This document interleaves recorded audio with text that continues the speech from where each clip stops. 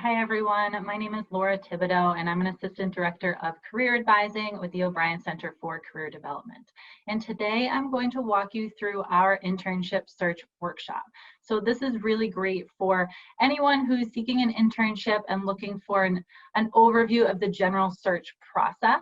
And it is best to meet with your career advisor so that you can review your individual search strategy and make sure that you're on the right track for your unique career goals. So this is a general overview, but I do suggest that you meet with your career advisor to go over your individual strategy.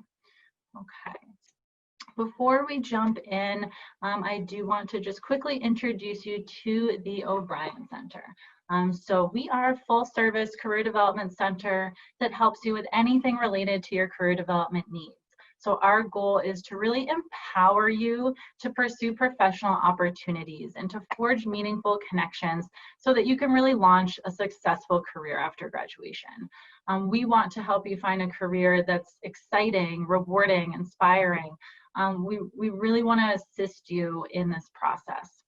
So we help by allowing you to explore different majors and careers. We can help you build a resume or cover letter, search for and apply for internships. We can help you with the networking process, interview prep, applying for jobs in graduate school, etc.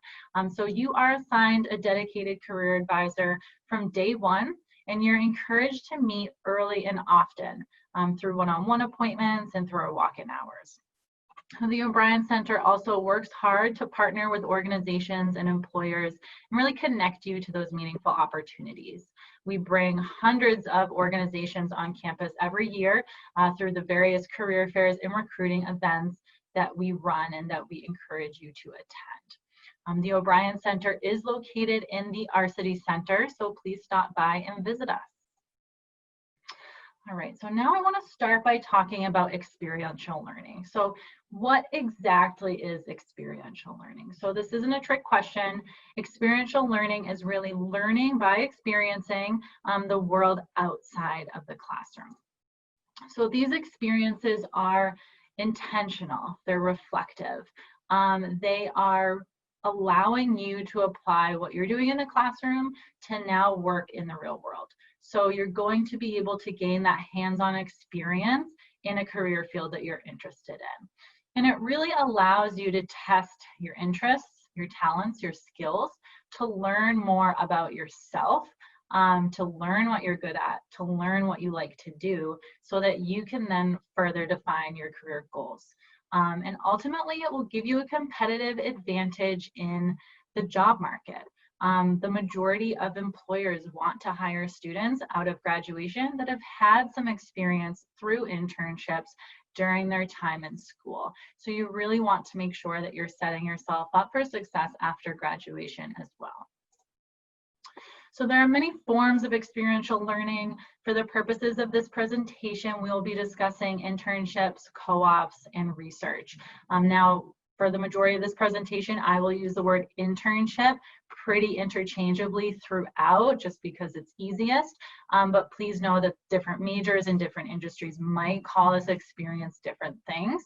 For example, this could be called a practicum, clinical, field experience, also internship, co-op, research, etc. So lumping them all together for now, I will refer to them as internship throughout the presentation, but I do want to go through and give a couple of kind of key differences between a couple of them and some definitions. So especially in terms of internship and co-op, some companies might use these interchangeably, so it might be a little bit confusing. Now, in terms of Merrimack, here are some definitions and some differences between the two. So both an internship and a co-op are defined as professional experience in an industry and discipline that's related to your interest area or field of study. These are for internships, can be paid or unpaid, can be full-time or part-time, can be for credit or not for credit, can be during the summer or during the semester. If you do it during the semester, typically you would take your regular course load and you would do an internship on the side. And so you might do 5 to 20 hours a week, depending on what your schedule will allow. And the internship will require you to be supervised by someone on site, by your employer. Now, co-op experience is similar in that it is also that hands-on experience outside of the classroom related to your field of study. But a co-op is always going to be paid, and it is always going to be full-time. So those are two pretty crucial pieces to the definition. A co-op can be for credit or not for credit. The majority of co-ops at Merrimack are not for credit, but there are exceptions. A co-op experience can be between 3 and 12 months. It normally will include part of the academic year. So traditional co-ops are usually July to December or January to June are pretty typical co-op periods. When students are during that semester, they will not be taking classes for the most part. A typical co-op is kind of set up that way. So a student would not take classes during the semester. Instead, they would work full-time in a paid co-op position. Now, this also will require supervision by someone on site, by the employer. Okay. So applied research is another area of experiential learning. So this can be project-specific work where you're engaged in research, consulting projects, design projects, or community-based projects. Typically, these are not paid, but there may be exceptions to that, as and credit and non-credit requires a faculty member to supervise the experience. A great example of this is the SCRCA program run through Merrimack. This is for students to engage in research alongside faculty members, funded by the SCRCA program. All right, so again, why is this important? And so as I mentioned before, the vast majority of companies look to hire candidates that have had previous work experience. So 91% want students that have had previous work experience, and 65% of that group want that experience to be through internship or co-op. So this is really important. And how much experience do you need? Really, the more the better. The more internships, co-ops, research experiences that you can have prior to graduation, the more competitive you're going to be for those jobs that you're going to be applying for. And at our core, we really believe that experiential learning is critical to your success. So our main goal for students is that you will complete at least one, but ideally more internships during your time here. This is so that you can really get a feel for what you like to do, what you don't like to do, what you're good at, what you're not good at. So it's a good way for you to start defining what it is that you want to do after graduation. This is also so that you will have a competitive advantage for when you leave here, as I was just mentioning. So our motto is really early and often. Many students will do an internship as early as their freshman year, and some students will come into college having had internship experience already in high school. So it's really never too early to start this process. Now, through career advising, we walk students through our 10-stage process for career development, which culminates in that internship experience. So we really break it down for you into manageable steps that we guide you through every step of the way. So you're not left to figure this all out on your own. First is really the explore stage. So you're first introduced to the O'Brien Center during your first semester freshman year through your FYE course. Next, we really encourage you to explore your major or different majors and potential career paths that go along with that. Do you even know all the options that are available to you within your major, all the different pathways? We have a personal career assessment called the Away To that we encourage all of our students to complete, which really outlines different career and degree matches for you based on your interests and your values and your skills. Next, you need to start really thinking about your professional documents like your resume and your cover letter. And your career advisor can walk you through what a professional collegiate resume looks like for you for your particular major and your industry that you're looking to get into, and what it means to write a good cover letter as well. Now, your career advisor will also walk you through developing your professional brand, identifying your network, utilizing your LinkedIn account and professional connections. And your career advisor will help you identify what your internship options are, such as if you're going to search for part-time or full-time internships, summer or during the semester, paid or unpaid, for credit or not, etc. And then we'll guide you through your search and application process.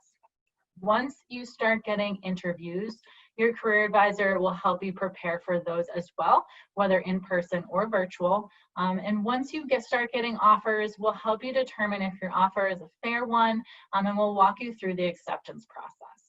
Now, we'll also guide you through making the most of your internship and really reflecting on your experience and planning out what your next steps will be. So the idea is that you would rinse and repeat this model for your next internship and then again for your first full-time job. Now remember, this is really a process and it does require time and effort. So it's not something that you can do in one 45-minute appointment with your career advisor. So you want to make sure that you meet with your career advisor early and often throughout this process to ensure that you're really on the right track with everything. Okay, so now I want to give you a quick overview of stage 2, which is career exploration. You'll want to take some time to really identify your professional self, your skills, your interests and values, as this will be an important part of your career journey and a precursor to that internship search process. So as I mentioned, the Away To is our career assessment that can really help match you to majors and careers. Now you can take your assessment anytime by going to this link here, awayto.io, and registering for an account with your Merrimack email address. Now, in order to get your career matches, you do need to do the first 3 assessments. There are 5 here. We encourage you to do all of them, but to get the matches, you'll have to do at least the first 3, the interests, inclinations, and values assessments. And then once you get your matches, you can click on that matching button at the top to review the different career paths that matched up based on your assessments and really learn more information about careers that interest you. So I do want you to know this is not a crystal ball. So just because your results tell you that you match strongly with a particular career area, it doesn't mean that you should change your major on the fly and change your complete direction entirely because you saw something in this assessment. This is really just a starting point for you. It's a great way to determine what career pathways would be a good fit for you based on your skills, based on your interests. And it's really best when you can review your results with your career advisor and to not just take these results at face value on your own. So I do encourage you to meet with your advisor to review your results. Now, in addition to Away To, we have some additional resources that you can use to explore different career fields, such as what can I do with this major, Occupational Outlook Handbook, ONET, and Burning Glass Technologies, Burning Glass Labor Insights. So I'm going to go through just really quickly and show you some of these. Here are just some quick screenshots of what these might look like. It's a great place to just do some initial research regarding different majors and occupations, get some information about different career paths that might interest you.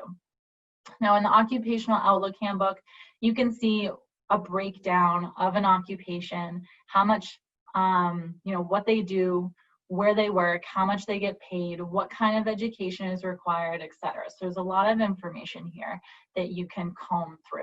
And then what can I do with this major resource? You can pick any major and it will review all the different areas that you can go into within that one major. So there's just one area listed here on the screenshot, but if you scroll through, it will list many different areas that you can go into. And then within each area, it will tell you what employers typically hire within that area and what kind of strategies you should be thinking about if you're looking to pursue that particular area. So it's really a great place to start in terms of getting some real occupational information as you do some research on majors and careers. As you start to think about your internship search, doing some research on potential organizations that hire in your area in your major will be helpful. And I'm going to log into Handshake in a bit and show you around there. But I do want to just mention this briefly now, that I would encourage you to come up with a target list of employers that you would like to work at. You know, many students don't really know where to start and aren't sure what companies hire their major in their location. So Handshake is a great place to start with that. There's over 500,000 companies here in Handshake. These are companies that have Handshake accounts. And then you can filter by location, you can filter by industry. And then once you find a company you like, you can read their bio, you can see if they have opportunities posted, you can click the follow button, which is great because when you follow a company in Handshake, Handshake will email you updates about that company, such as when they post a job or if they're scheduled to come on campus for an upcoming career fair or an event. You can also check to see if there's a general contact listed under a company that you're interested in. And if there is, you can reach out to the company and you can make an introduction. So it's a great way to start doing some research on what companies might be a good fit for you. Now, Burning Glass Technologies is another resource that we're using in our office. So this is a software that really delivers real-time job market analytics to enable students to really make data-driven career decisions. So Burning Glass is a data mining software. They mine data from real-time job postings. They mine approximately 50 million job postings a day and about 90% of all job postings that exist on the internet. So with this software, career advisors can really assist students in exploring different career pathways, identifying employers with the most job openings in your field, identifying skills gaps by looking at what the necessary skills are that are in a demand in a particular career, and see what skills you might still need to learn and what is going to be offered in your curriculum and what's not going to be offered in your curriculum. We then have, all Merrimack students have LinkedIn Learning accounts that have over 5,000 courses attached to those in different areas that you can also potentially use that for some upskilling and for some learning some of these skills that are necessary in your careers. So you will want to meet with your career advisor to access some of these reports from Burning Glass. They can walk you through the system and pull some information for you that's going to be helpful. So again, meet with your career advisor to access some of these reports. The one that I have up here on the screen was a report for I believe for mechanical engineering for 0 to 2 years of experience in the Massachusetts area, what jobs were posted within a particular time frame. So that was within a year. It showed that there is 824 positions available, and it gives you a breakdown of the top companies that we're hiring in with those particular search parameters. So it's really cool. You can get pretty specific in here, and there's a lot of different things that you can look at. So I would encourage you to explore that with your career advisor a little bit. Another thing that can be helpful as you're doing some career and major exploration is to look at Merrimack alumni from your major and to see what they're doing now. It can be a really great way to get an idea for the different jobs and career pathways that previous graduates have had. And LinkedIn is a really great way to do this. There's a tool in LinkedIn where you can search for all of the alumni from Merrimack. Here's a quick screenshot of this, and we will explore this tool in detail in our networking and LinkedIn workshop. But this is a great tool to begin looking for people who graduated with your major, see what they're doing now, get some insight into potential employers, job titles, career pathways, etc. If you search Merrimack College on LinkedIn and then you click on alumni, you'll come to this page, and there's over 23,000 alumni to search through. And then you can filter by major, by company, by job title, or if you have a specific keyword. And then you can review the profiles of these alumni, get an idea of their general career path. And if you find someone that you're interested in, maybe they have a job title you're really interested in, or they work for a company you're interested in, don't be afraid to reach out and see if they would be willing to chat with you. You know, your career advisor can help you search for alumni, can help you draft some messaging to reach out, can help you prepare some good questions to ask. So again, you're not alone in this. They can walk you through this whole process, but this is a really good idea. There's a lot of people in here, and Merrimack alum are usually really, really willing to help out Merrimack students, and they want to give back, they want to help you. So start combing through this tool to see who you might be interested in reaching out to. Now, as you continue to research different career fields that you might be interested in, there are many ways to gain some exposure to these fields prior to going out on an internship. So informational interviews and job shadows are really a great way to learn about different fields. Informational interviews, which I basically just touched upon a little bit, is a meeting with someone who you'd like to learn more about. So you're the interviewer and you spend about 30 to 60 minutes interviewing this person, asking them questions about their job, their career path, how they got to where they are, and what advice they might have for you. Now, a job shadow could be anywhere from a half a day to even a couple of weeks where you observe on site a career field that you're interested in. Now, an employer site visit is where a group of students go to an organization, take a tour, meet with some of the employees working there, and really learn about the company and what it's like to work there. The O'Brien Center will sometimes organize employer site visits. Some professors and some student associations will do this periodically as well. So keep your eyes open for these kind of opportunities. They're a great way to learn and a great way to network as well. Now, additionally, any kind of event you see on campus, like our career fairs, we have school-specific networking events. These are all great ways to learn about different industries and network with people who might want to hire you.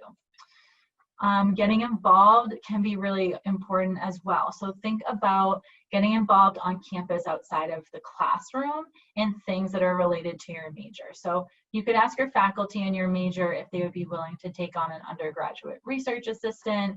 You could see what clubs or organizations are related to your career field. Now, there are many student associations on campus that have a career focus, and they're a great way to engage in learning outside of the classroom.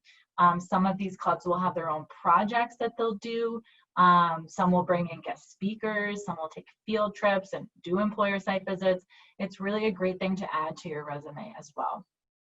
And finally, many of you will have projects inside the classroom that will be relevant to your field of interest. And this is a great chance for you to showcase your skills. So if you feel comfortable, I would encourage you to take the lead on some of these projects so that you can say that you took the lead on these projects. You can talk about them on your resume and in an interview. And if you have passions that you like to explore outside of the classroom, go for it, seriously. Employers actually love to see independent projects on your resume. It shows that you're really motivated, that you're passionate about your career area.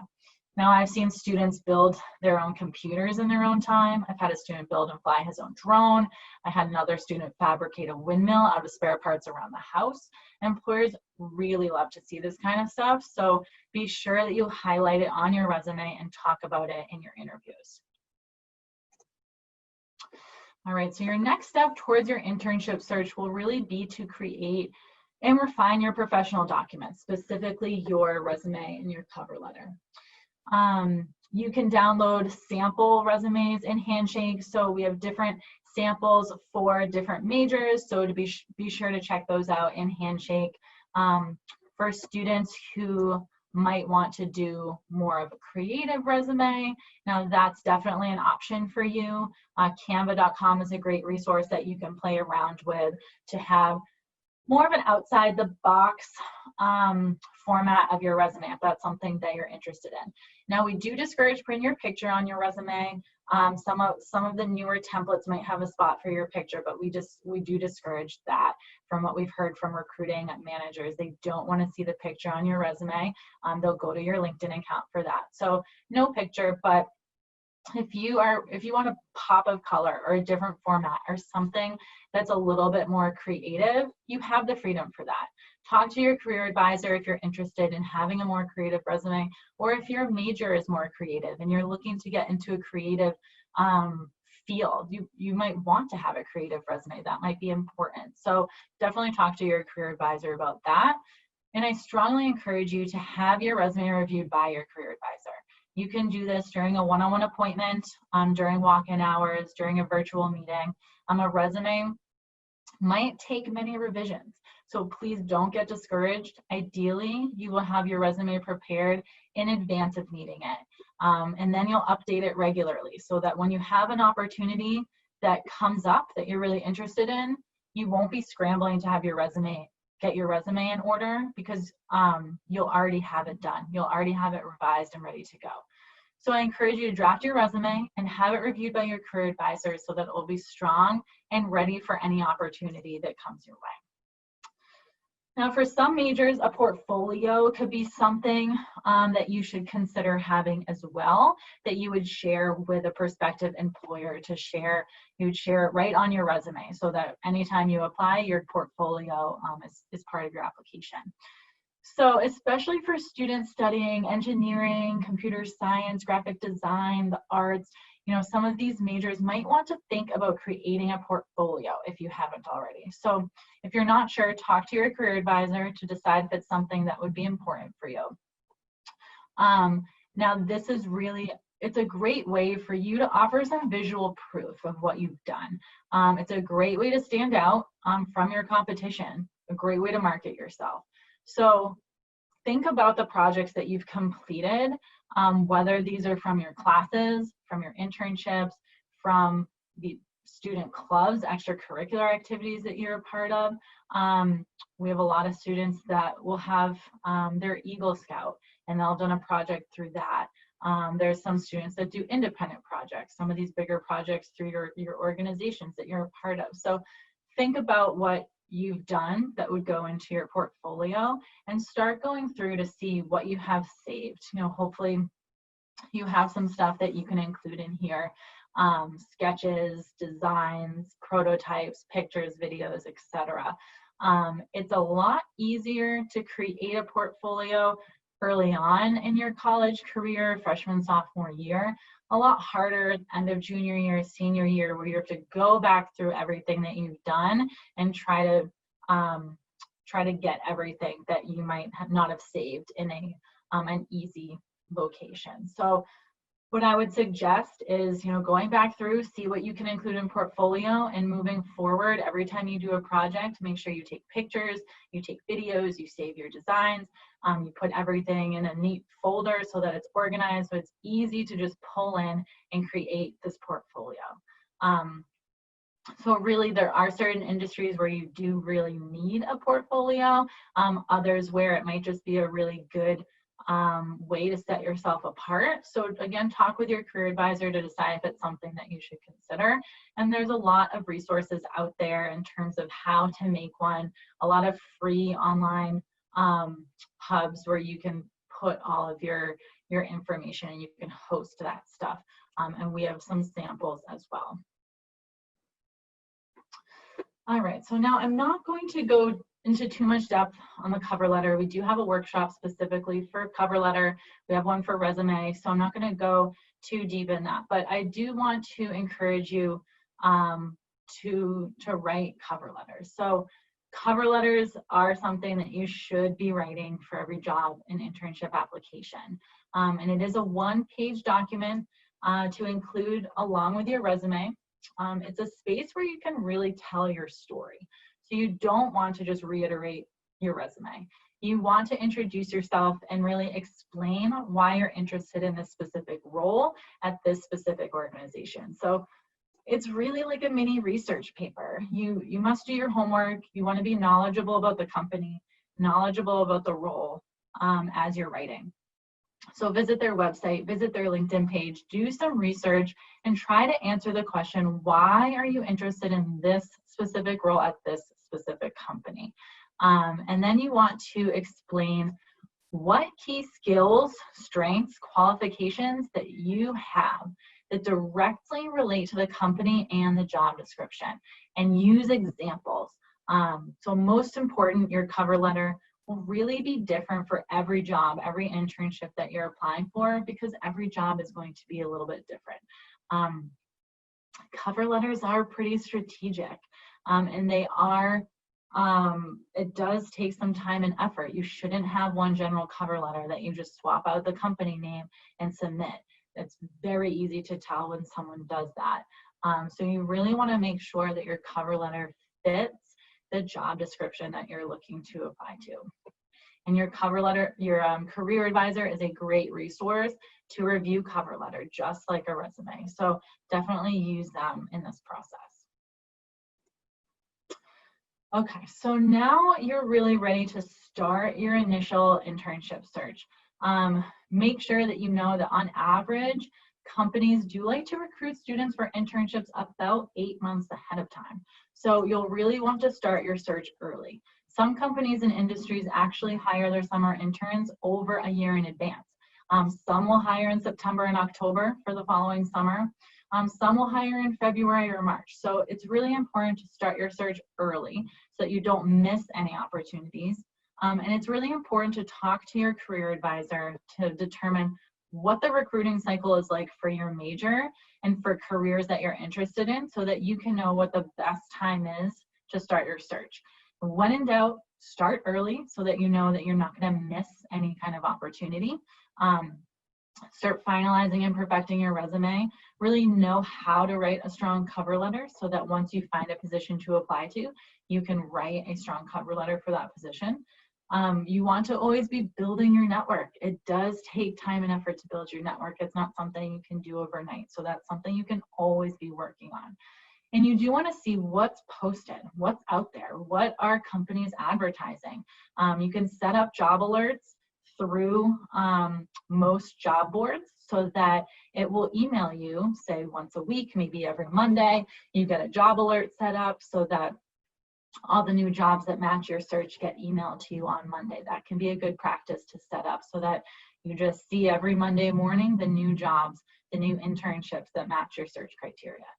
I encourage you to set up some manageable goals for this. You get busy, you're a student. There's midterms, there's finals, there's projects, there's athletics, there's clubs. There's a lot of stuff that you guys are doing, that you guys are dealing with. So you want to make sure that you can set up some manageable goals and determine what's going to work for you in your schedule.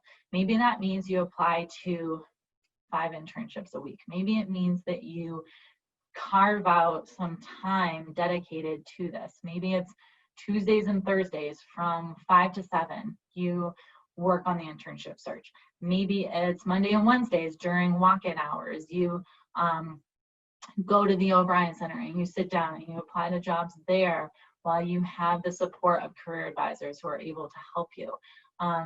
This might look differently for different people. So I would sit down with your career advisor and ask them and work with your schedule and everything else that you have going on to figure out what you're going to prioritize, when you're going to do what, and how you're going to work through this. What you don't want to do is just keep pushing it off because you have big projects that's due and you need to focus on that. And then you have midterms, and then you have this, and then you have that. It's really easy to put it on the back burner. So that's what you don't want to do. So work with your career advisor to really set up some manageable goals for yourself.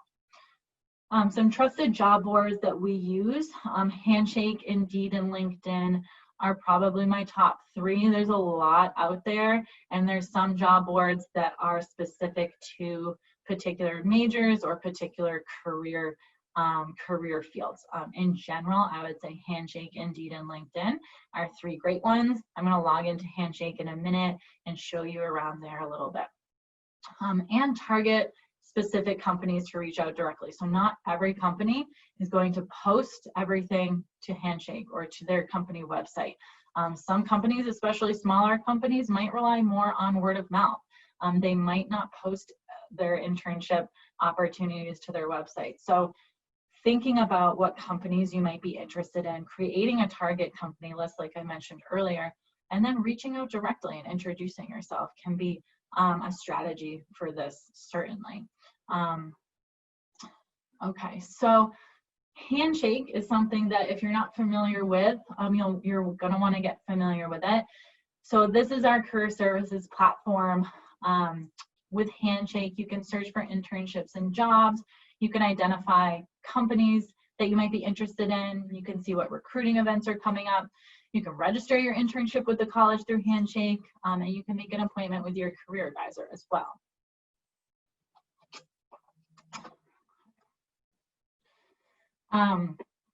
To get to Handshake, you can go to merrimack.joinhandshake.com, or you can search on Merrimack College's website in the search bar, you can just type Handshake and it should come up if you can't remember the URL. But go to merrimack.joinhandshake.com. I suggest you set it as a favorite or bookmark so that you can get back there pretty easily. And you already have an account. So you can log in with the same username and password that you use to log into your Merrimack email and to your MyMac account. So it's all synced up through there. Okay, so now I'm going to pull up Handshake. Okay, let's see.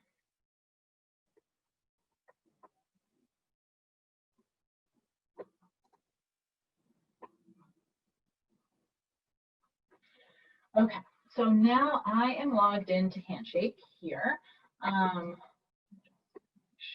Okay. So this is what you're going to see when you log into Handshake, and I'm going to show you a couple of things through the system. So first, I want to show you the My Profile section. So this is where you can build your profile, where you can upload your resume. So your profile, you want to make sure is 100% complete. So mine's only 15% complete. You want to make sure yours is 100% complete. You want to make sure that you're filling out every section. You can use the information that you've just created your resume with to help populate a lot of this. Now it says build your profile faster, so you can upload your resume and it will help you fill out your profile. It will autofill a lot of things, and then you can go through and make sure that it did that correctly. You do want a picture. You want a picture on your Handshake account, you want a picture on your LinkedIn account. So this will be an important piece of your profile. You can have a professional headshot done. Merrimack College does these for free for students, so that's certainly an option for you. You can go to merrimack.edu/headshot for that, but you don't necessarily need a professional photographer to take a picture of you. There's a lot of other ways that you can do it. For some students, I've seen their LinkedIn picture be them out in the field with a hard hat on because they're working in construction management or they're working in engineering. So there's a lot of different kinds of pictures that you can have. Talk to your career advisor if you have a picture and you're not sure if it's entirely appropriate or not, and they'll let you know. So you want to go through and really fill out your profile here. Like it says over here on the left, your profile is visible to employers, students, alumni. Just like on LinkedIn, an employer can find you on Handshake and they can send a message out to you through the system. So your profile is visible, so you want to make sure that it is complete and it's up to date. You can, if you go to Career Center, I want to show you here that you can book an appointment right through the system with your career advisor. It is very easy. What you can also do in here is register your internship. So once you have an internship secured, you can click Experiences, and it's called Request an Experience. And this is where you would put in the details of your internship. This process takes no time, seriously. It takes maybe a minute, 3 minutes. It's not a lot of information that the system is looking for. It's really, really quite simple. So this is going to be an important piece. Once you have an internship, you will need to register it with Merrimack College. Whether it's for academic credit or not academic credit, you must register it in the system, and that all goes through Handshake, and it's a pretty easy process there. Another thing I want to show you is our events tab. This is where you can see any kind of event that is coming up. You can see what career fairs we might have coming up. You can look through and see who's coming to our career fairs. It's a great way to see what events are coming up. You can register for those events here as well. Okay, and next I want to show you the job board. Okay, so before I jump into internships, I do want to show you again that employer directory piece that I mentioned earlier. So this is great. You can search by location. So let's just, for example, here, put Boston. Let's say we want to do 30 miles from Boston. And then you can click, maybe you want a particular industry in here. So let's just do biotech and life sciences, for example. You can search, you can be more specific, less specific, however you want to do it. And now we've gotten our list of 500,000 companies down to 342 companies. And then you can scroll through the list and decide what companies you might be interested in following. You can click on a particular company to learn more information. So you click on a company, it will tell you how many employees it has, what industry it's in, where they're located. If they have reviews, they might be listed in here. And then you can read about the company and see if it's something that you might be interested in. Like I said, you can follow the company so that you'll get any kind of notifications if they've posted a job or an internship or they're coming on campus. Over here on the right, you can see what jobs they have posted right now. So this company has a couple of jobs posted in the system. If you see that maybe there's a couple of jobs posted, but they're not really related to what you want to do, or maybe they don't have any jobs posted in the system, their website is listed here. So you can double check there to see if they have anything posted on their website, if they have any other information on their website. And if they don't, this is a great opportunity to reach out. There's a contact listed here. This is someone's email address. So what you can do is I would encourage you to target these companies specifically and reach out and introduce yourself and explain that you're a student, that you are really interested in their organization and you'd like to learn more about any summer internship opportunities that they might have available. So this is a great practice to reach out directly if you don't see that they have a specific internship opportunity posted. And your career advisor can help you with that messaging and determine what is appropriate to send out to this particular organization. But I would say doing an introduction, explaining why you're interested in their company, do a little research on their company to determine why it is that you want to work there, and ask them if they have any information about summer internship programs. So that's a great thing to do as well.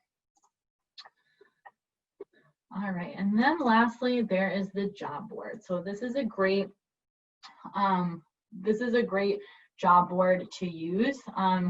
Handshake, there are, like I said, 500,000 companies in here.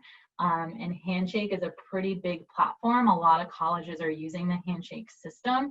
So any company that calls Merrimack College and says, I want to hire a couple of interns, I want to hire some seniors that are graduating for entry-level jobs, any company that calls Merrimack will post their position in Handshake. And this also extends to other colleges and universities. So if a company is trying to post to a different college, maybe they don't know about Merrimack and they're posting to another college, there is an option for them to post to all Handshake schools, or all Handshake schools in a particular region. And a lot of companies are doing this. And so this will open you up to even more postings to see.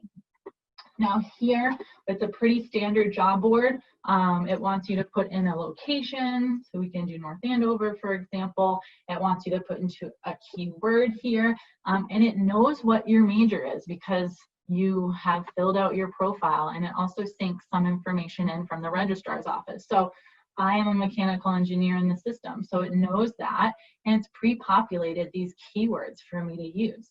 So use that, look and see if those keywords make sense for you, and then you can click and it will automatically put it in to your keywords, and you can play around with your keywords a little bit as well. And then you can filter based on full-time, part-time, internship, on-campus jobs will be listed in here too. You can filter maybe 50 miles is too far away, maybe 30 miles is a little bit more, makes more sense for you. And then you can filter based on date posted, relevance, expiration date. I usually post by date sort by dates posted so that I can see what is newest in the system here. And then this is where you would scroll through and you would go through the postings and you would see if it makes sense for you to apply. So it will show you over here, whatever post that you're on, it will show you the post here. You can click on it to bring it out to its own window. It's a little bit easier to read that way. And then you'll be able to see whether that's paid or unpaid. Some positions will say the hourly rate or the salary that it's paid. Others won't. It will tell you the start and end dates and some more information here. And then you read through the job description. You know, some are shorter than others, some are more detailed than others. It kind of depends on the company and who posted this. I usually read job descriptions from the bottom up, especially the really long ones, so that I can figure out, am I qualified for this job before I move forward and waste time, you know, reading really lengthy job descriptions. So the bottom will usually tell you what kind of qualifications they're looking for in someone. And then if you read through and it says, oh, they're looking for someone with a master's degree or someone with a PhD or something like that, then you can move along pretty quickly. But I would encourage, you know, some qualifications you can't really get past like that if they're looking for a particular degree that you don't have. But you, for the most part, you don't have to meet every single qualification listed in a job description. If you meet most of them, that's okay. I would still apply for it. You know, if it's something that you're really interested in, but you don't have all of the qualifications, the worst that can happen is that you apply and they don't get back to you and they don't want to call you in for an interview. That's really the worst that can happen, but you won't know unless you apply. So if you see something you're really interested in and you're not really sure if you should apply because you don't meet all of the qualifications, I would say just go for it. You know, try to have the strongest application that you can. Work with your career advisor, write a really strong cover letter, make sure that your resume is really strong as well, and then hope for the best and see what happens. But in general, you can look through here to see if it's something that you're qualified for or mostly qualified for, and then you can read through the rest of the job description to determine if it's something that you're interested in. And if you decide, okay, I'm qualified for this position, sounds pretty interesting, I want to go ahead and apply. That is where you would see this apply button up here. Now in Handshake, it can be a little confusing. There are 3 different types of apply buttons. So I want to talk about those really quickly. There is a quick apply button. You'll see that sometimes. I think it has a little lightning bolt symbol there. And what that means is if you have your resume posted in the system and you click that quick apply, that's it. It applies as soon as you click the button because your resume is in the system, hence the phrase quick apply. It just applies to the position, you're done. It was a one-click application. You might see similar, I think LinkedIn has a similar feature for that. So that's the quick apply. Another button is just apply externally like this. So when you click on that button, it will tell you what they're looking for. But ultimately, once you fill out this information, once you upload your resume and answer some questions, this step 2 external application, once you click that button, it will bring you to the website for this company and it will bring you to the job description on that website. They want you to apply externally. They don't want you to apply through Handshake. So when you click this button, even though you've uploaded your resume, it's not going to go anywhere. So this can be confusing for some students. You do have to then fill out the full application on the company's website, and your application will not be submitted until you do that. Now, what this is doing here is this is basically telling Handshake that you applied for this position. So when you click on the button, Handshake now thinks that you applied. Even if you get distracted here and you click the button, but then you get a phone call and whatever, you don't end up applying for the job, Handshake now thinks that you applied because you clicked that button. So you do need to make sure that you follow through with the full application on the company's website. That can be a little bit confusing because Handshake is asking you to upload documents here. So I do want to make sure that that is clear. The other kind of button in Handshake is just a pure apply button. Let me see if I can find one that has one of those. Okay, so mechanical engineer, this position here has just an apply button. When you click that, that pop-up will happen again. It will tell you what this particular company is looking for. This one wants a resume and a cover letter and a couple of work authorization questions. And then the green button is just submit application. So when you see just an apply button, that is applying through Handshake. So when you upload your resume, when you upload your cover letter and you click that submit button, it is submitted. You have applied for the position. So it's a little bit confusing. Handshake will have these different kinds of buttons. It all depends on how the person who posted the position, how they want to receive their applications and how they want to do it. So it is a little bit different for the way some companies posted the position, but all you need to know is apply applies through Handshake. Quick apply means as soon as you click the button, your application is going through. And apply externally, I guess, is the one that I want to be most clear, is that you actually have to then fill out the full application on the company's website in order for your application to be submitted. So essentially, this is the job board system. You can play around with different keywords here. There are a lot of different positions in here, from business and science engineering and education and health sciences and liberal arts. There's across the board, all majors, all career industries. There's a lot of stuff in here. And you can filter by job, by internship, by location. You can use different kinds of keywords and see what makes the most sense based on your career search. Work with your career advisor to determine what keywords that you should be using based on what you're looking for. And then it takes time and effort to really read through job descriptions. Some of these are longer than others, where you can really read through what are they looking for, what kind of student do they want in this position? Do you fit the company's needs for that? What kind of responsibilities would you have on the job? Is that something that you're interested in? And then you can apply. Now, sometimes it will tell you if you match their preferences.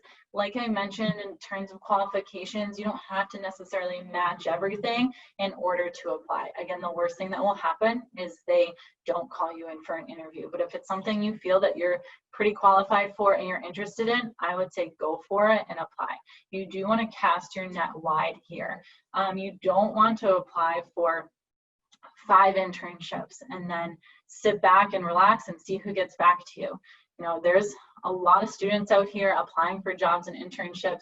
You have a decent amount of competition. You want to make sure that you're setting yourself apart and applying for as many internships as you can. I would say, as a rule of thumb, apply for more than 30, less than 100. You know, if you think about it, for one internship at a company might get 75 to 100 applications, and they hire one person for that. So if you flip that around, you know, you should probably apply for 30, 40, 50 positions in the hopes that you'll get a handful of interviews and that you'll get chosen for at least one internship. So you do want to make sure that you're applying for a lot of positions. Cast your net wide. Try not to set limitations in terms of you know, location. You want to at least branch out a little bit in terms of job functionality. If you have never had an internship before, you know, you might not get your dream internship right out of the gate. So you want to make sure that you have an open mind with regards to what you might be doing, at least to get that first internship, to get your feet wet, to build some experience and to build your resume. So do keep an open mind with your search parameters. You know, scroll through the system to see what's in here, what might make sense for you to apply to, and then apply to a good number of positions. Set some manageable goals for yourself, write strong cover letters, and follow up on your applications as well. So like I mentioned with the employer directory, in the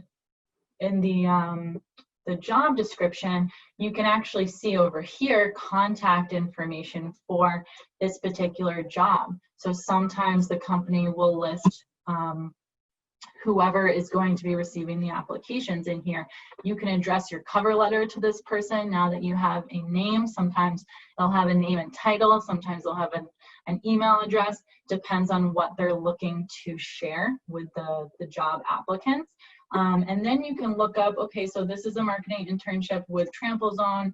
If we click that organization, now we're back to that employer directory information that I showed you earlier. Oh, okay, here's an email address. So now I have the person's name that's receiving my application. I have an email for this particular company as well. And then you can follow up on your applications if you don't hear anything back. I would give it, maybe a week and a half, 2 weeks, see if you hear anything. If you don't, send a nice professional email to this person that we just found in this email address and explain that you're really interested in the opportunity. It takes some initiative that will show that you're really interested in this opportunity. You're not just applying to a ton of different positions without looking. You have purpose and you have a goal, and this is something you really want. And so following up on your applications can be really an important piece of this as well. You can use Handshake to do that. You can use LinkedIn to do that as well. Okay, so I think those are the main features of Handshake that I wanted to show you. Again, this does take some time and effort to really scroll through all the positions in here and find the ones that you want to apply for, and then moving forward with those strong applications and writing cover letters for those. And your career advisor will be a great resource for you in this whole search process here. Okay, so I'm gonna share back my PowerPoint here. Okay, perfect. Okay, so that is the basics of the internship search and using the job boards. I do want to mention to you, job boards and online applications is just a piece of the internship search. So did you know that actually the vast majority of positions are filled through your network and not just applying to a random job online? So networking should really be an important piece of your internship search strategy, really. So we do have a whole workshop on networking on LinkedIn, so I'm not going to go through a ton of this today. And I recommend that you take a look at that and really talk to your career advisor on how you can build your network and how you can leverage your network in this process, as this will be very important to you. You don't want to just use job boards and apply online. You need to use a networking strategy in addition. Applying online is a very passive way to apply. Still takes a lot of time and effort. You want to apply to as many positions as you can, but it's pretty passive. I've gotten jobs that way, people get jobs that way, but the networking side is a more active way and can usually you'll have more results with the networking. So I do want to encourage you to think about that as part and have that as part of your search strategy. Now, there are many ways that you can start building your network today. If you don't have a LinkedIn account yet, you definitely need to create one. LinkedIn has a great job board there. There's also many professional groups that you can join, along with finding alumni through the system, like I mentioned before, from your major or career areas that you're interested in. You can attend career fairs, networking events, employer site visits. Like I mentioned, all are really great ways to build your network and to start connecting with people. In addition, joining professional associations in your career field is a great way. Many have regional events or fairs or conferences that you can attend. These are actually, we have a lot on campus that are student-run associations that you can join, start getting involved, start building your network. And lastly, as I mentioned before, something I really wish I did more of when I was in college was the informational interviewing. This is where you talk to people that are in jobs that you're considering for yourself. Talking to people who are actually doing the work that you hope to do one day. This will give you a lot of insight into different career areas before you're really able to experience that for yourself. Now, informational interviewing can give you great information, can also help you make some really invaluable connections and really help you build your network. So talk to your career advisor about the different ways that you can start building your network right now. Okay, as I mentioned before, if you have an internship lined up for any semester whether it's summer, spring, fall. Merrimack requires that you do register the experience through Handshake, even if it's not for academic credit. So whether it's for academic credit or not, you do want to put it in the system. So you must register your internship with Merrimack, and this is how you do it.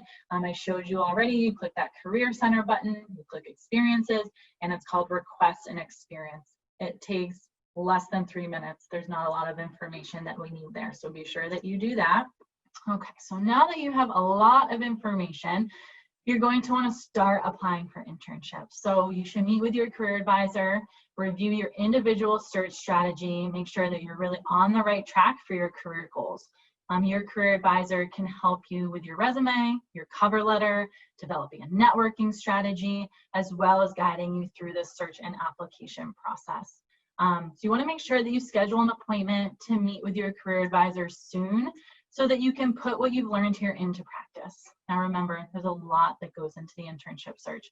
We just reviewed a lot of information. So we reviewed many different steps, right? So there's the career exploration step. There's figuring out what kind of internships that you can do, searching and applying for internships, writing cover letter, writing resume, going through the interview process. So none of this can be done in just one appointment with your career advisor. So you want to make sure that you schedule an appointment now so that you can get started and create a plan and really some manageable goals, manageable action steps for how you can be successful in this process. Thank you for joining me. I know this is a lot of information.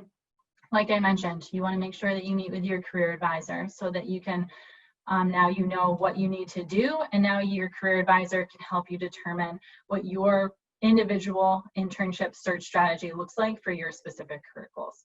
So reach out to your career advisor today, schedule an appointment, get started. There's a lot of positions posted in there in Handshake right now.